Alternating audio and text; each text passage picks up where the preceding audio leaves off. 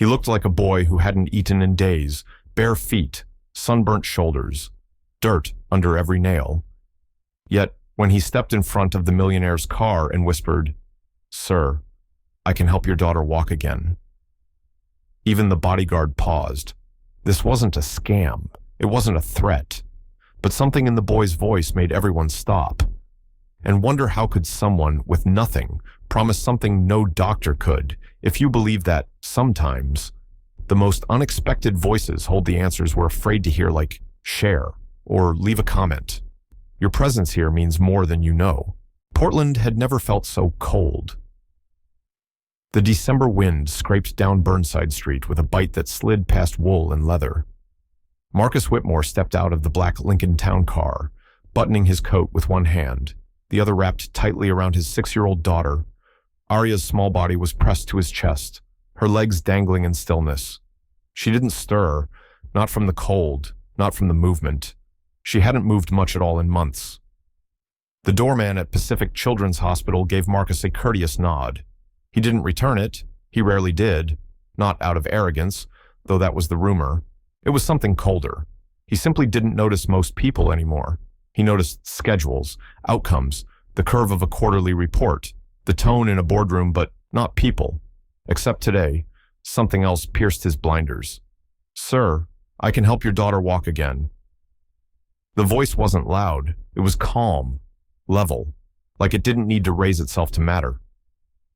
Marcus stopped mid-step. The automatic doors behind him hissed open, letting out a breath of sterile hospital air. He turned toward the voice. A boy sat cross-legged on the concrete, just beyond the reach of the overhead heater. 9, maybe 10 years old. His coat was too big, the kind given out at shelters, with sleeves that swallowed his hands. His jeans were faded and crusted with old mud near the knees, and his shoes, one had its sole taped with silver duct tape. The other was fraying at the sides like it had fought the pavement and lost. What Marcus remembered most was the boy's posture. He wasn't slumped or cowering. He sat straight, waiting. Marcus stared at him. "What did you say?" The boy didn't blink. "I said I can help her walk again." Aria shifted slightly against his chest, but her eyes stayed closed. Marcus felt her breath, slow and even, against his neck. "That's not something you say to a parent," he said. "Not like that." "I know," the boy said, "but I mean it." Marcus looked around. No parent nearby. No older sibling. Just this boy and a backpack at his side. On instinct. Marcus adjusted his grip on Aria and started walking again. He didn't respond, didn't look back. Inside. The hospital was bright and muted at the same time. Colors designed to soothe. Nurses smiled. Security guards watched quietly. The receptionist took their name. Upstairs. Dr. Reimer greeted them with her usual brisk warmth, pulling up Aria's chart on her tablet and motioning them into the exam room. Marcus sat beside the bed while Aria was lifted, scanned, touched, tested, but the boy's voice followed him. Reimer was explaining nerve response, slow progress, limited possibilities. Marcus nodded, asked a few questions. He didn't hear her mention the word irreversible, but it echoed anyway, back in the lobby. Marcus watched Aria curled in her wheelchair. Her eyelids fluttered. She hadn't spoken much today. He thought of the boy. Duct tape. The exact cadence of his voice. When they stepped outside, Marcus looked around before even reaching the car. The concrete pillar where the boy had been was empty. Wind moved through, sweeping a paper cup across the sidewalk. He looked longer than he should have. Daddy Aria's voice was faint. He turned, crouched to her level. "Yes, why are we leaving already?" He smiled, "Because they said you're stronger than last time." She blinked, but didn't respond. He lifted her carefully into the car, making sure the blanket covered her legs, adjusting the strap across her chest. As he moved around to the driver's side, he paused once more, eyes drifting back to that pillar. He didn't know why it stayed with him. That moment. He'd been offered miracles before experimental surgeries, overseas treatments, stem cell pitches from biotech startups. None of them came from boys sitting on concrete. That night, after Arya was asleep. Marcus opened his laptop and drafted a message to his assistant to schedule another visit in 3 months. Then he closed it, reopened it, typed another message. Look into security footage from this morning at Pacific Children's. Find me the kid sitting by the ambulance entrance, around 8:05 a.m. He didn't send it, not yet. He just sat there, staring at the cursor blinking, as if waiting for something to move first. The elevator doors opened to the 14th floor of Whitmore Holdings, revealing a boardroom lined with glass and steel. Marcus stepped in without a word. His assistant trailed behind, carrying the quarterly reports printed on thick, white stock. The morning light off the Willamette River lit the room with a blue tint. Too clean, too calm. Everyone rose when he entered, but Marcus only gave a nod and took his place at the head of the table. There were numbers to hear, projections to challenge, but his mind refused to anchor. The words came in waves: capital reinvestment, Asia-Pacific growth, logistics efficiency, all familiar, all routine. He looked down. His shoes gleamed. The leather barely creased when he moved. Then his gaze shifted inward, and he saw something else. Another pair of shoes, worn thin, duct-taped at the toe, one untied. The boy's face came back in full not hungry, not loud, but certain. "Sir," his CFO's voice was gentle but edged with concern. "We were asking about the reallocation of Table-It," Marcus said, eyes still distant. "Let's revisit after lunch." A few eyebrows raised, but no one challenged him. Marcus stood and left the room, his stride steady but inwardly off balance. That evening, the penthouse was dim, except for the warm light from the kitchen. Arya sat at the counter with a picture book open, but not really reading. Marcus poured 2 glasses of water and joined her. She glanced up. "Did the doctor say anything new?" "No," he replied. "Same story, just more waiting." She shrugged like she'd heard that all her life. Maybe she had. He stirred his water with a spoon.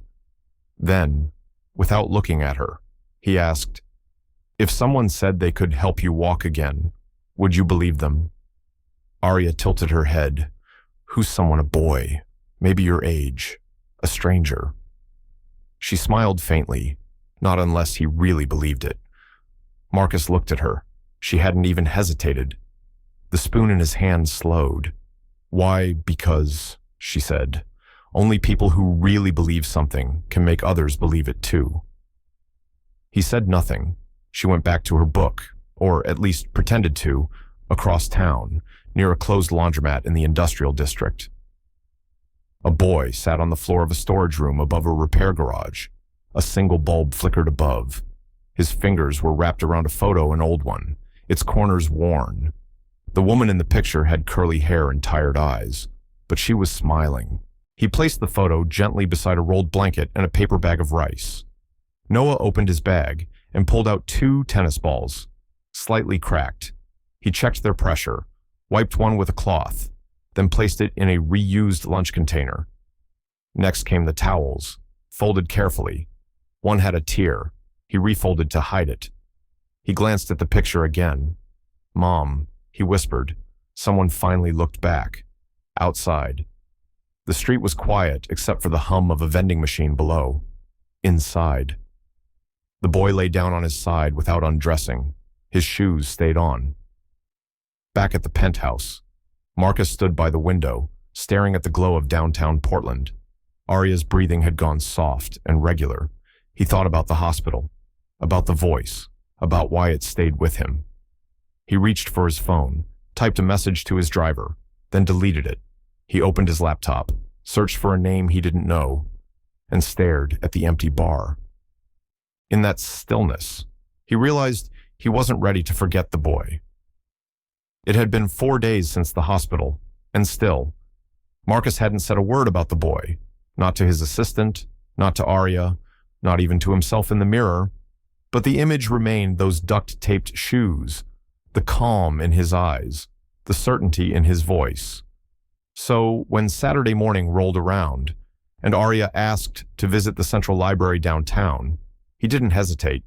He packed her sketchbook and snacks, called the driver, and they headed toward SW 10th and Yamhill, but instead of dropping them right at the library entrance, he asked the driver to stop 1 block early by Emerson Community Park. It was chilly, the kind of Portland winter morning where the sun glared cold but never gave warmth. The park wasn't busy. A few volunteers in red scarves handed out paper cups of soup. Near the benches under the mural wall, Marcus saw him.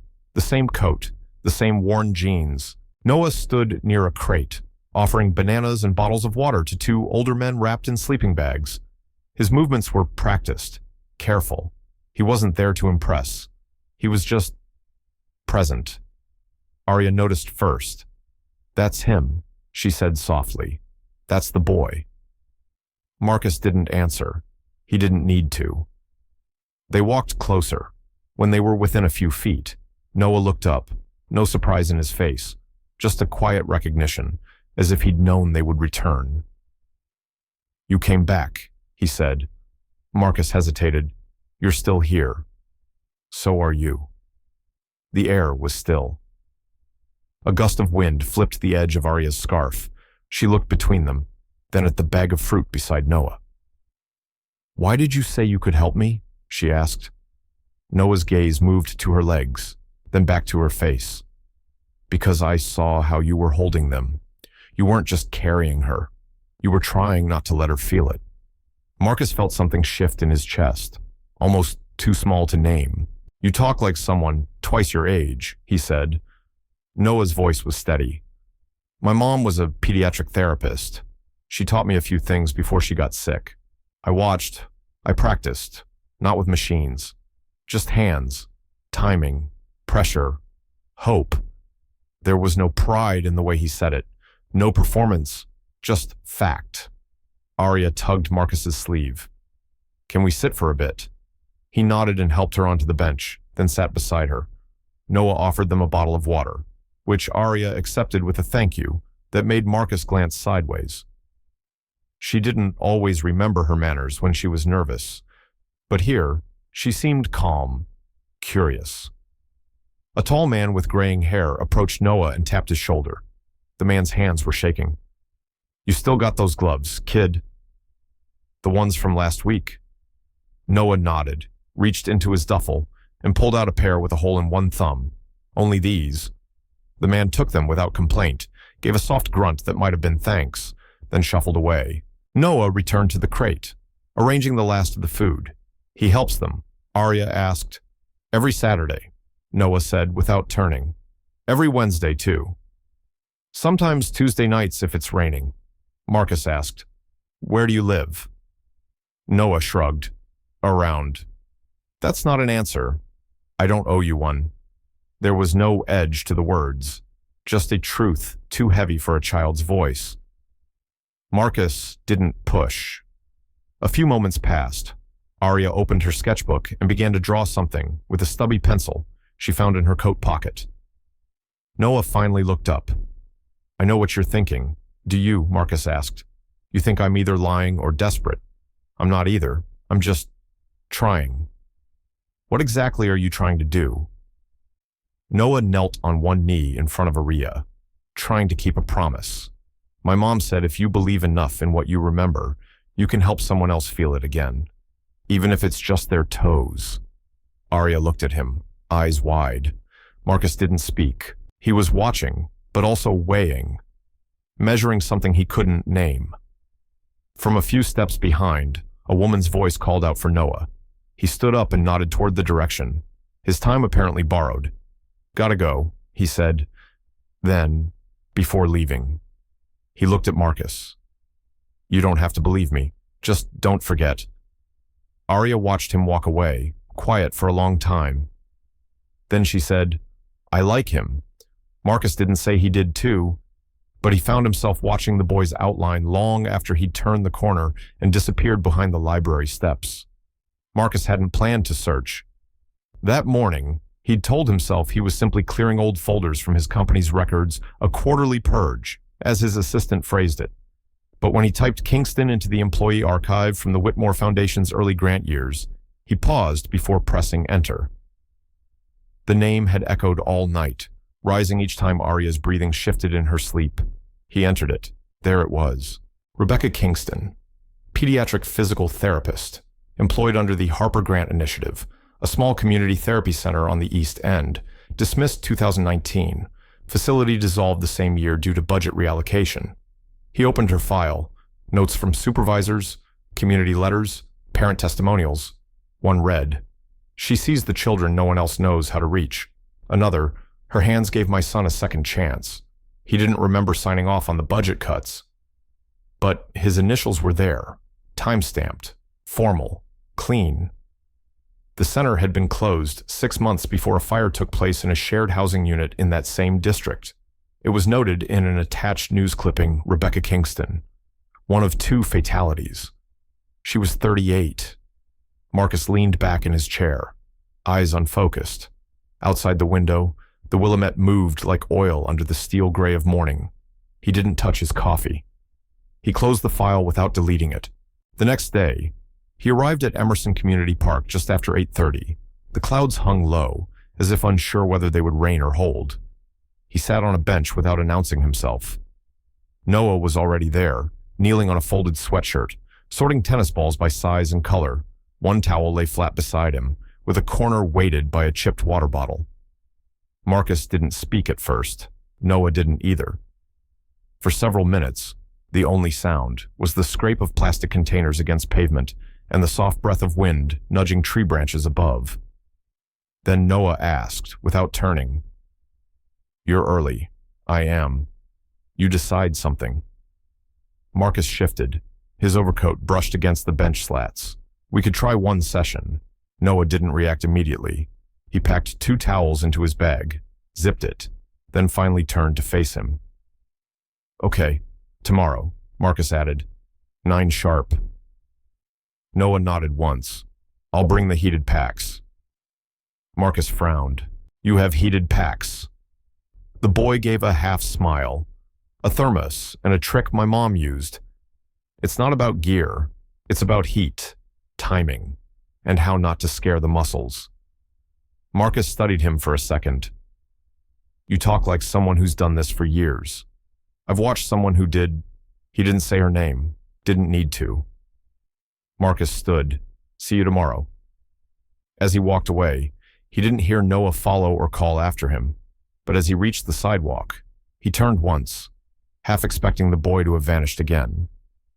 Instead, Noah was sitting cross-legged now, cleaning a small piece of rubber tubing with a cloth, as if preparing for something that had always been promised. He didn't look back, but Marcus knew the boy had waited for him to return. The sun hadn't broken through the clouds yet, and the cold that hung in the air was thick with damp, like it had soaked into the sidewalks overnight. Marcus parked his car across the street from Emerson Community Park and turned to the back seat. Aria was bundled in her jacket and scarf, her small frame nestled into the padded harness of her wheelchair. She was quiet, but alert, her eyes following the movement of a leaf caught in the wind. Marcus opened the door and helped her out slowly, setting her wheels gently onto the uneven path leading to the benches. Noah was already there, sitting cross-legged on a folded flannel blanket. His backpack sat beside him, unzipped. Laid out neatly on the ground were 2 clean towels, a set of faded tennis balls, and a small thermos resting next to a paper bag that held a box of rice and a plastic spoon. He wasn't fidgeting. He wasn't rehearsing. He was just waiting. As they approached, Aria looked up at her father, her voice barely above a whisper. "We're really doing this." Marcus didn't answer right away. Instead, he wheeled her closer until they reached the edge of the grass where Noah had set up his things. He stopped a few feet away. Noah looked up, eyes meeting Marcus's without hesitation. Then he turned to Aria. "Morning," he said softly. "Are you ready?" She hesitated, her hands tightening on the sides of her chair. "I guess." Noah nodded once and moved to sit directly across from her. He didn't ask Marcus for permission. He didn't look to the father for approval. He focused entirely on the girl. "We start with sensation," he said, "from the bottom up. Can I touch your feet?" Aria looked at Marcus. Marcus gave a barely perceptible nod. She extended her legs slowly, and Noah, with hands that were too sure for his age, removed her boots and gently unwrapped the socks. Her skin was pale. The muscles beneath were soft, unused. Noah reached into the thermos, pulled out a warm, damp towel, and wrapped it around her right foot. "Tell me if this gets too hot." She nodded. Her face was rigid, uncertain. He took one of the tennis balls and pressed it gently into the arch of her foot, then rolled it up to her toes and back. Arya flinched, not in pain, more in surprise. "I felt something," she said, her voice small, where he asked, still looking down. "In my heel. Maybe. I don't know. It's like something moved." Noah didn't react. He kept working, rolling, pressing, warming. Every few minutes he switched towels, checking the temperature, his movements exact. Marcus stood back, arms crossed, but his body leaned forward ever so slightly. After 20 minutes, Noah paused and handed Arya a bottle of water. "Take a break, 5 minutes. Then we'll try light tension on your knee." She took the water and drank, then looked at him. "Where'd you learn all this?" Noah wiped his hands on the towel. "My mom, she worked with kids like you. After school, I'd sit in the back of the room and watch. She let me practice on her sometimes. Made me write down everything I saw." Arya tilted her head. "Where is she now?" Noah didn't answer immediately. He folded the towel carefully, tucking the corner in with care. "She's not around anymore. The place she worked at closed down. After that, it was just me." His voice was flat, not numb, just trimmed of anything extra. Marcus, who had remained silent, finally stepped forward. "Was that the East River Pediatric Center?" Noah looked up. His expression sharpened. "Yeah." "How do you know that Marcus didn't reply?" The wind picked up then, rustling the plastic bag beside the bench. A jogger passed behind them, earbuds in, unaware of the small scene unfolding on the grass. Arya looked at both of them, sensing something unspoken. Noah stood and began packing his things. "Same time tomorrow," Marcus nodded. "Yes." Noah gave Arya a faint smile. "You did great today."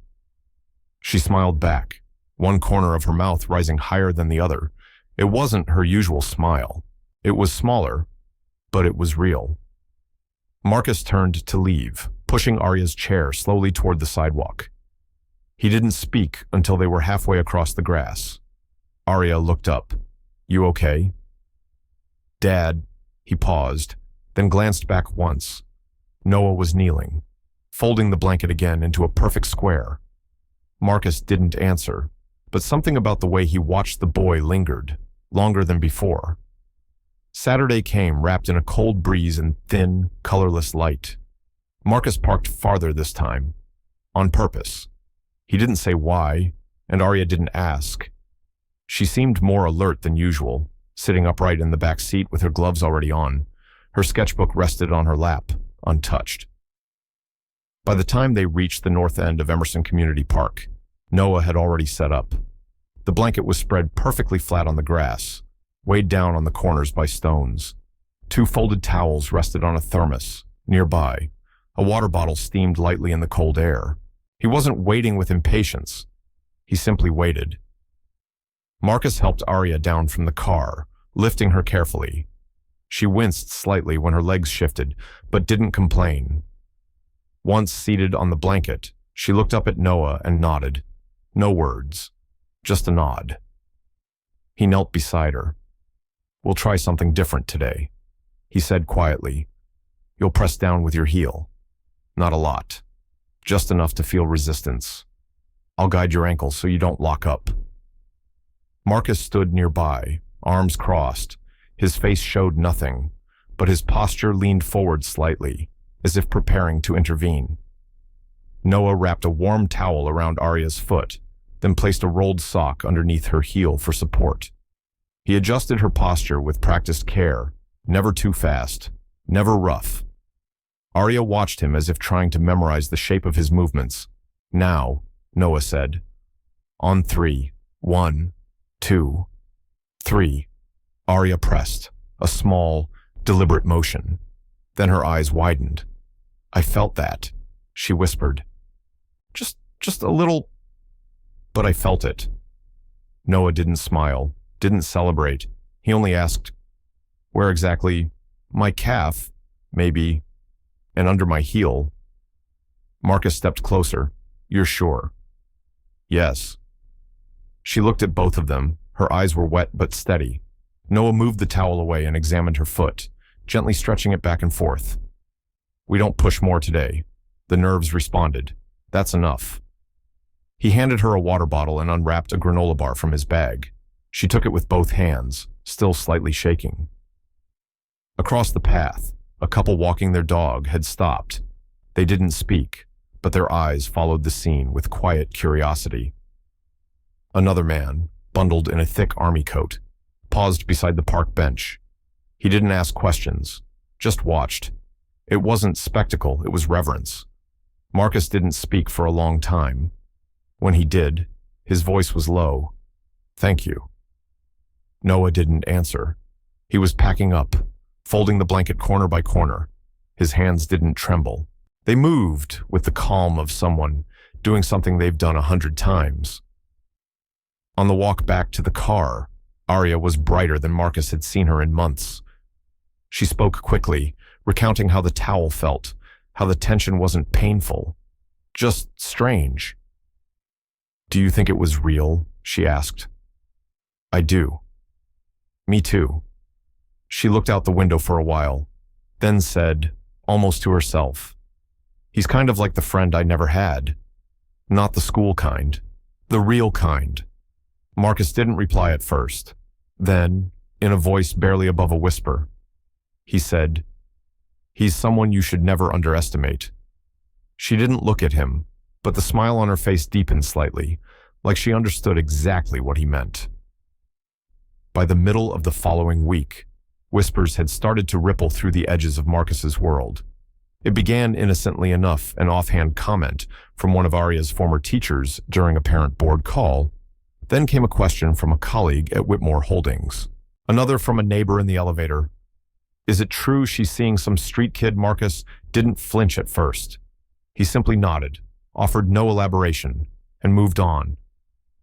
But the repetition began to eat into him, slow and silent, like water dripping through stone. On Thursday evening, during a private dinner hosted by a medical research nonprofit his foundation supported, an old friend leaned across the table. "Marcus, listen, I know it's not my place, but is it safe? I mean, there are professionals for this." He stirred his glass of water with deliberate calm. "He's helping her," Marcus said. The friend blinked.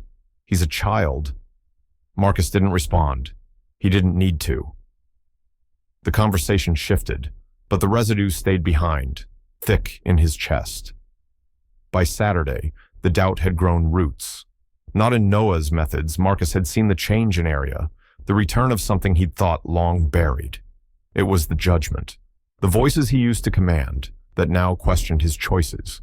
It was being seen as less than rational, less than in control. That morning, they arrived at Emerson Park just before 9. Noah wasn't there. Arya looked around, her brow furrowing. He's usually early. Marcus didn't say it, but he checked his watch twice. After 10 minutes, just as the clouds began to break above the trees, Noah appeared from the west path. His steps were slower than usual, the duffel bag on his back more worn than it had been just days ago. "You okay?" Marcus asked. Noah didn't answer. He set down the bag, opened it, and pulled out the towel and thermos with steady hands. Then he reached for the lunchbox he always carried. Inside, today, there was only plain white rice. No pickled carrots, no protein. Arya noticed first. She took out the sandwich her father had packed for her and quietly tore it in two, handing half to him without a word. Noah blinked, then accepted it, but didn't eat right away. "Thanks." That was all he said. The session went ahead as planned. Noah's instructions were quieter today, less energetic, but his touch was still sure, his movements still precise. Arya winced once, then smiled. "It's easier now," she whispered. Noah nodded. When it ended, Marcus began loading Arya's chair into the back of the car. Noah started packing his things. Then, just before getting into the driver's seat, Marcus paused. He walked back to where the boy knelt, wrapping his worn towel. "Do you want to come over for dinner tonight?" Marcus asked. Noah didn't look up immediately. When he did, his expression was unreadable. "I'm not sure," he said. "Would your house be okay with someone like me?" Marcus didn't answer. He only opened the back door and spoke without turning his head. "My daughter will be waiting." The elevator doors opened to soft lighting and polished floors. Noah stepped into the penthouse like someone entering a library after hours quiet, cautious, unsure where to put his hands. The room was vast, but still. A table stretched across the dining area like a promise he hadn't been part of. Marcus gestured toward the table, but it was Arya who made the first real move. She wheeled over, tugged lightly at Noah's sleeve, and said, "Your seat's here, next to mine." Noah sat slowly, eyes flicking between the cutlery, the high ceiling, and the view beyond the glass windows. Portland glowed outside in late evening light. Inside, everything was too clean, too silent. Dinner had barely begun: grilled chicken, mashed potatoes, roasted vegetables in perfect symmetry when the knock came. Marcus rose and opened the door. Helen Rivera stepped in with her usual quiet authority. She was in her mid-60s, sharp in a navy coat, silver hair tied back, a longtime friend and legal advisor to Marcus. Helen had a way of seeing through things without letting you know you'd been seen. She greeted Arya with warmth, nodded to Marcus, and then turned her eyes toward the boy at the table. Her expression shifted slightly. "And who's this?" she asked, voice smooth but probing. "Noah," Marcus said. "He's helping Arya." Helen took a seat across from them and studied Noah without smiling. "Where are you from?" Noah didn't pause. "From the street behind Powell's Books. I used to sleep by the dumpsters there." The silence that followed wasn't rude. It was something else, tight, uneasy, like a window that had been left open in winter. Arya reached under the table and gripped Noah's hand. He didn't look at her, but his shoulders lowered slightly. Helen turned to Marcus. Her voice dropped. Kingston Marcus didn't answer right away. His jaw tightened. Then, finally, he gave a short nod. Helen sat back. Rebecca Kingston, the woman who filed against Whitmore Foundation in 2020. The clinic case. Marcus didn't speak. Noah had looked down, picking at the edge of his napkin. But when Helen said his mother's name, his hands stilled. He didn't look up. Arya glanced between them, sensing something but not yet grasping it. Helen didn't press. She turned her gaze toward the city view. Noah's voice broke the silence. "She used to say people with power don't have to hurt anyone to prove they have it." No one responded. Later, after Helen left and Arya had gone to her room, Marcus found Noah sitting by the window, watching the headlights below. "You heard her," Marcus said. Noah nodded once. "I hear a lot more than people think." Marcus opened his mouth to speak, but the words slipped past him. Outside. The city buzzed on. Inside. A chair remained warm long after Noah had risen from it. Marcus sat in the car long after the night had ended. The street was quiet, the city slowly dimming into sleep, but his thoughts were wide awake. The folder in his lap felt heavier than it should. Inside was a copy of the 2020 case file. Rebecca Kingston, pediatric physical therapist, terminated after Whitmore Foundation pulled its funding. The clinic had closed within months. The lawsuit she filed was dismissed, lack of legal standing, they'd said. A year later, she died in a fire in a low-income housing unit. Marcus had never read beyond the headlines. Noah had been 6. The next morning, the park was quieter than usual. The 6th session began with a stillness that Arya didn't notice, but Marcus did. Noah laid out the blanket, placed the worn tennis balls near her feet, and started working through the same gentle motions. They had been progressing. Arya was able to lift her foot on cue now, hold her back straighter, laugh while doing it. She looked brighter, more alive. Marcus stood nearby, hands in coat pockets, pretending not to notice the tremble in his own breathing. Then, Just as Arya managed to shift her weight and balance on one hand, a boy maybe 8, maybe younger, ran up the grass path and whispered something into Noah's ear. The change in Noah's face was subtle but sharp, like a curtain being drawn over a warm room. He pulled away from Arya, stood up, and turned toward Marcus. "Are you Marcus Whitmore?" The question dropped like a rock into water. Marcus looked at him. "You know now," Noah nodded once. "You're the man who shut down the clinic, the one my mom worked at." There was no anger in his voice, just clarity. Arya stopped moving. Her mouth parted, but she didn't speak. Marcus didn't lie. "I didn't know enough. I signed a paper because it saved the foundation money. I didn't know it meant that." Noah's hands were clenched at his sides. He didn't cry. He didn't yell. But his next words cut cleaner than either. "I'm helping your daughter, but you didn't help my mom." The silence that followed was thick. Arya looked from one to the other, her small hands gripping the edge of the blanket. Marcus took a step closer. "Noah, I'm..." But Noah raised a hand, not to stop him, just to breathe. "I'm not quitting," he said. "She still needs this. And I gave my word." Then he turned back to Arya, voice lower now. "Let's keep going. Just a little more today." Marcus watched from the bench, the same bench Rebecca Kingston used to sit on, 2 decades ago. He didn't speak again that morning. He just watched a boy steady a girl, and a girl choose to trust him still. Noah didn't show up that morning. The blanket lay folded in Marcus's hands. Arya sat waiting on the bench in her hoodie, her legs dangling over the side like they had every other session. But this time, her smile faded too quickly. She looked at the pathway again and again, expecting that light jog, that quiet nod, that boy who somehow carried more steadiness than most grown men. Marcus sent a message, then another.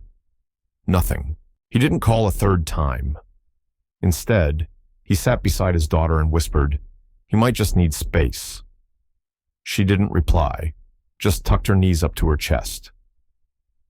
That afternoon, Marcus drove across the city to the place where it had started years ago, Portland Outreach Center. It used to be a place of life, of small victories, of children giggling despite wheelchairs and crutches. Now, it was a fenced-off lot, its windows boarded, the garden overgrown. He walked along the rusted gate, memories he didn't own rising in the quiet. The wind was dry. The paint on the old sign was chipped. He made a call to his foundation director. "We'll fund it again," he said, "but don't use my name. No dedication, no spotlight, just rebuild it." The voice on the other end paused. "You sure I'm late? But not too late. I hope." The next stop was Shelter Home. He'd only heard of it in passing somewhere Noah had stayed during the colder months. Marcus didn't ask to speak to anyone.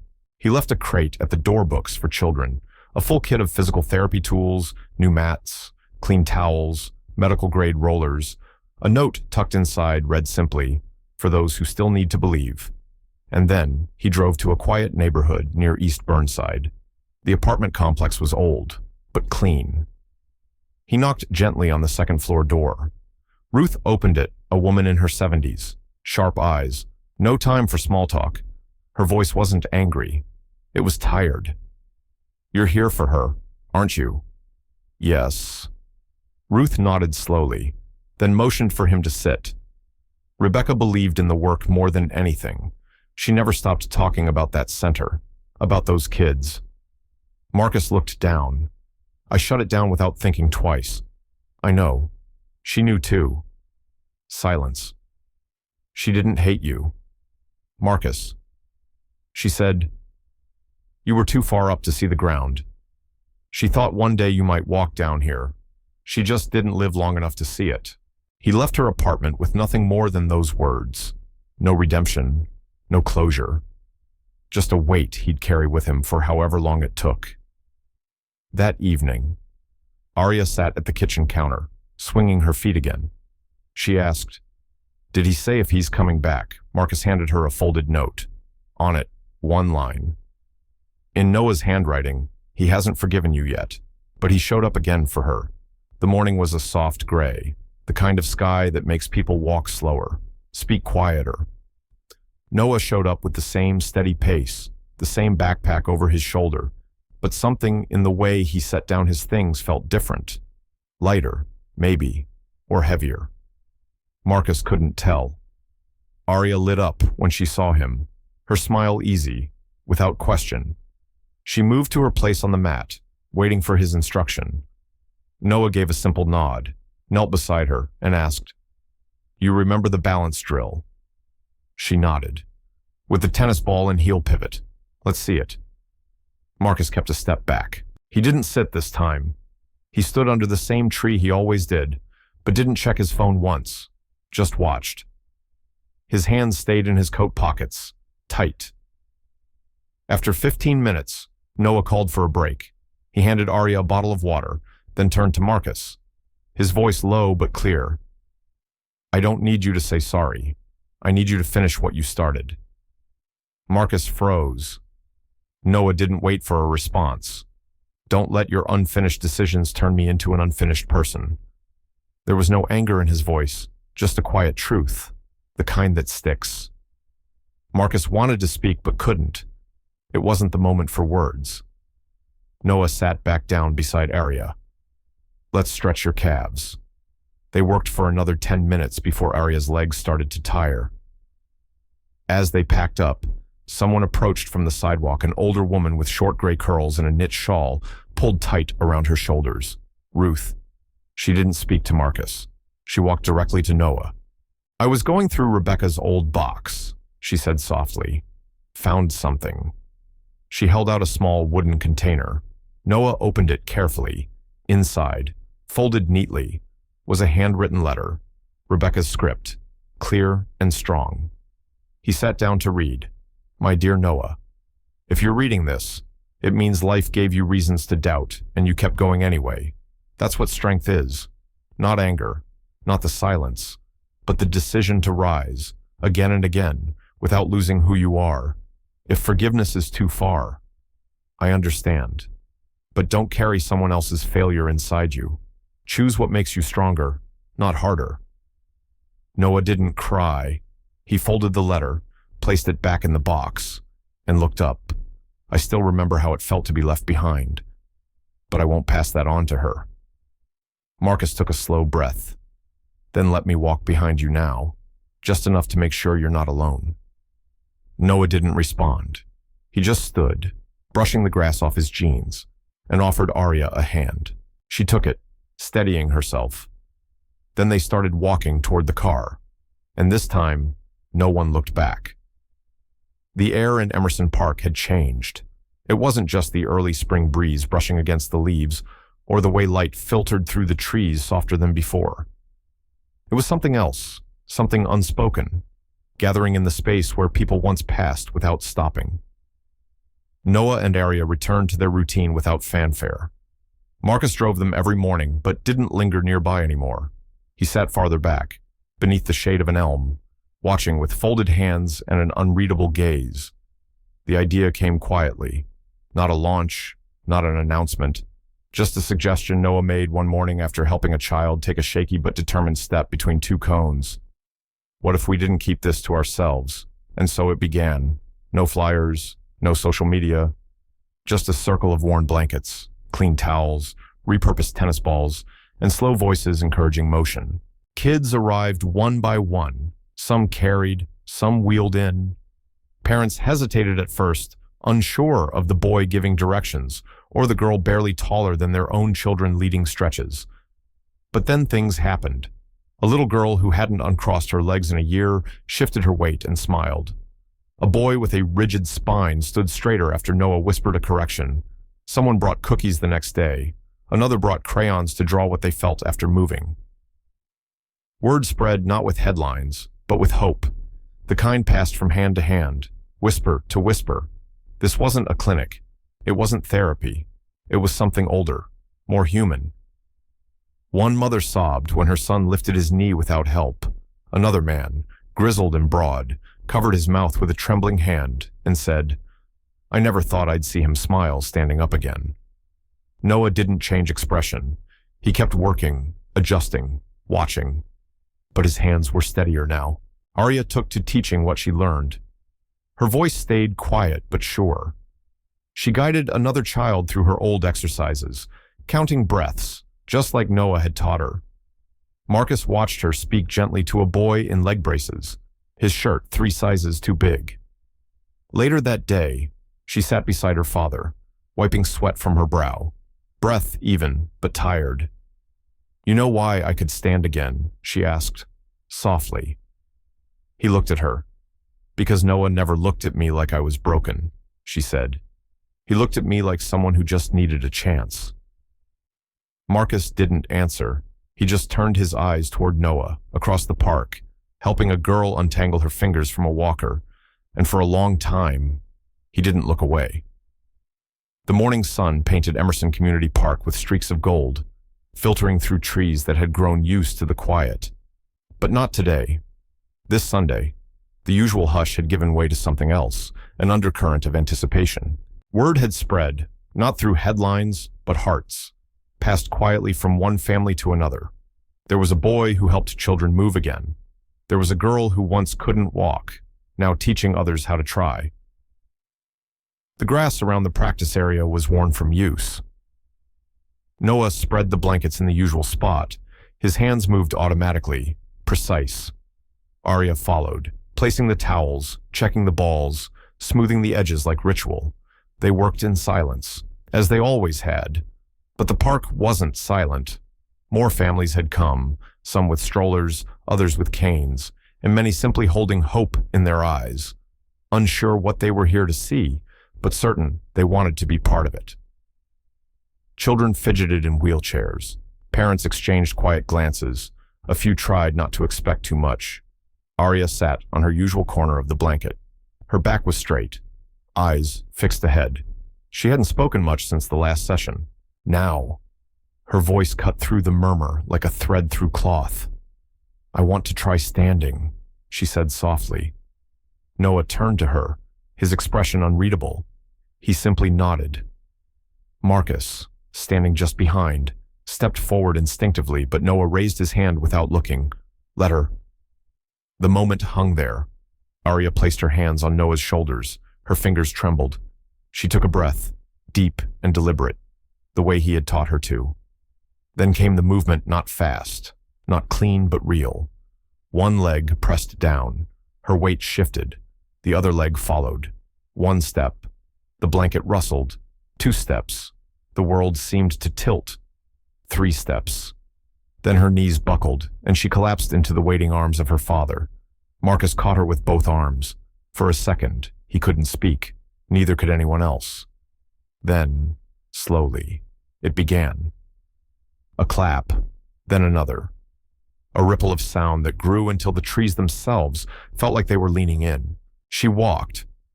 A small boy yelled, eyes wide. She really walked. Arya didn't speak. She clung to her father, chest heaving, but she smiled into his shirt. Marcus held her tighter, his voice low, cracking. "You did it, baby. You really did it." Noah stayed where he was, hands by his sides, still, quiet, watching. Then, from behind the circle, a woman's voice asked, not loud, but enough, "Who is that boy?" Ruth stepped forward, her hair pulled back, eyes full of things she wasn't yet ready to say. She put her hand on Noah's shoulder gently, as if grounding him. He's the boy who reminded this whole park how to hope. Noah blinked once, and finally, looked away. The headline read like something from a storybook, 9-year-old boy sparks healing movement in Portland Park. The article, posted by a local journalist, included a photo blurry, mid-moment of Arya mid-step, Noah's hand just behind her back. The crowd frozen in a ring of stunned silence. It spread faster than anyone expected. Overnight, the email inbox of Marcus Whitmore's office swelled with requests, interviews, sponsorships, collaborations, a documentary team offering early access rights. By midweek, the Whitmore Foundation's board summoned Marcus to a meeting. The room was sleek, high above the Portland skyline. The chairs were leather, the suits expensive, and the words sharp. "This is an opportunity," said one director. People want feel-good stories. Another leaned forward. If we move quickly, we can rebrand the foundation's image. This, he gestured to the printed article on the table. This is gold. Marcus didn't look at the article. His gaze was fixed on the window behind them, where the light began to fade over the Willamette River. When he finally spoke, it was quiet, but final. This story doesn't belong to us. It's not a brand. A pause. You're walking away from something that could save your public standing, one of them said, exasperated. I'm not trying to save my standing, Marcus replied. I'm trying to become the man my daughter thinks I already am. The room fell silent. When he left the building that night, the sky had turned violet. He didn't head home right away. Instead, he made a stop at Emerson Park. The field lights were dim, but still on. Noah was there, alone, folding the towels, gathering the tennis balls, setting everything back into the old duffel bag they'd used from the start. Arya was already asleep at home. She'd had a long day. Another new child joined them. Another session filled with small triumphs and quiet setbacks. Marcus stood on the path, watching the boy clean up. No audience now. No applause.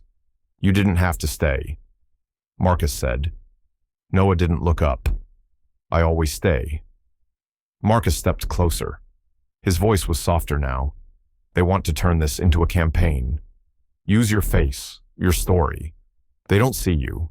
They just see what makes them look good. I know, Noah said, finally looking up. His eyes were tired, but clear. That's what happened to my mom, too. They said they supported her until it didn't serve them anymore. Marcus knelt beside the bag, not touching anything. I said no. They'll probably push harder, maybe even cut ties. Noah zipped the duffel shut. Then you picked your side. I did, Marcus said.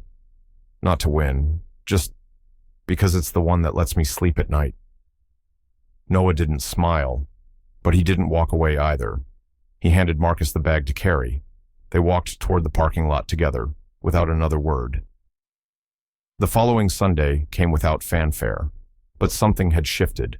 The blankets at Emerson Park were laid out the same way. The tennis balls were still scuffed from countless hands, and the air smelled faintly of damp grass and coffee from the food truck parked nearby. But this time, a small wooden sign stuck into the lawn read, Hope Line Recovery Happens in Small Steps. No corporate logos, just that phrase, and below it, in smaller letters, in honor of Rebecca Kingston.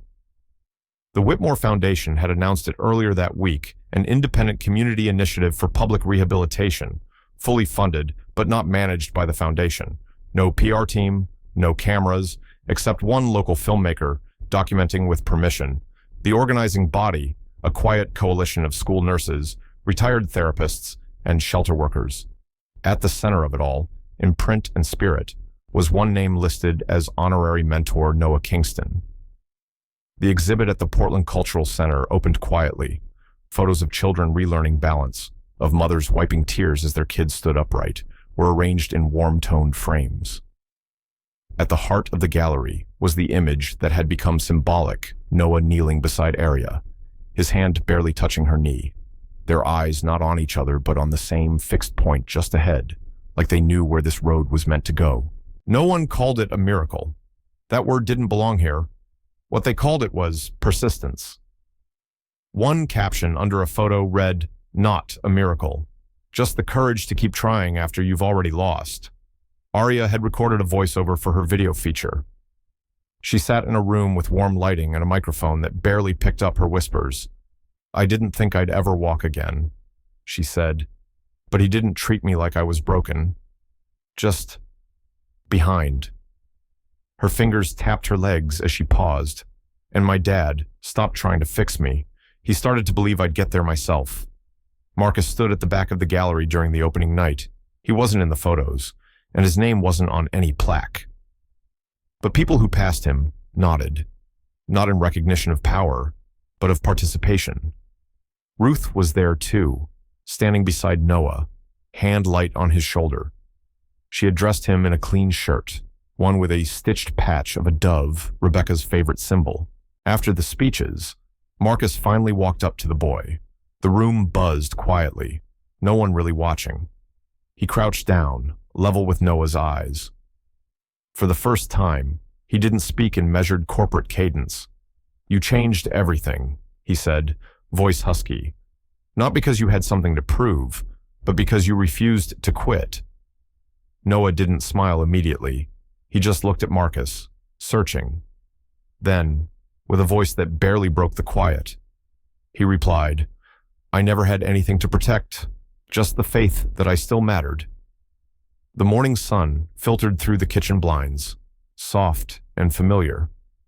Arya sat quietly at the table, slipping her arms through her backpack. Marcus handed her a toast without saying much, the way they did when words would only repeat what they already knew. On the counter sat a small brown parcel, weathered edges. Ruth's name crossed out and forwarded back, finally returned from an old address at the downtown library. She had placed it there that morning, said it looked like something meant to find its way home. Noah sliced apples at the sink, careful, slow. When Arya opened the parcel, inside was a soft-covered notebook, its pages faded but intact. On the inside cover, a single sentence written in careful, tilted handwriting. "If you're reading this, it means you chose not to be angry." It was her mother's handwriting. She looked up, didn't say anything, just tucked the notebook into her bag, next to her science folder and a peanut butter sandwich. Marcus noticed, but he didn't ask. Not everything needed unpacking. At school, drop-off. She squeezed Noah's shoulder before getting out of the car. "I'll meet you at the park," she said. He nodded, not needing to look back. Emerson Park was quiet that morning. A few kids were already there. Some stared at the grass. Others chewed nervously on their sleeves. They weren't here for therapy. They were just here to try. Noah didn't have a clipboard or a schedule. He sat in the middle of them, cross-legged, waited, then said, softly, "You don't have to make them understand. Just don't stop walking." One boy with tremors in his hands reached out, tried to balance a ball between his palms. It fell. Noah didn't move to pick it up. He waited. The boy tried again. At the edge of the lawn, Marcus stood beside Ruth. She held a thermos, the same one she brought every Thursday. "He doesn't need a plaque," she said, almost to herself. "But everyone in this part of town knows a child walked because he wouldn't stop showing up." A teacher passed by on her morning walk, slowed, and waved toward Noah. He didn't see her. He was busy listening to a girl explain how she wanted to be a dancer, but her right leg still trembled when she stood. He just nodded. "Then we start with balance," he said. That afternoon, Arya came running across the field, notebook in hand. She didn't say much, just joined the group, sat beside a girl who had trouble looking anyone in the eye. Arya opened the book and started reading aloud. Her voice barely carried, but the kids leaned closer. And just like that, it was a day like any other. No headlines, no applause. Just a little group of people choosing not to stop, choosing each other. The park still looked the same. Same benches, same breeze brushing through the leaves. But if you stood still long enough, you'd notice something different in the way people watched each other. A little more patience, a little less fear. Maybe that's what hope does. It doesn't shout or demand. It just waits, gently, until someone dares to believe again.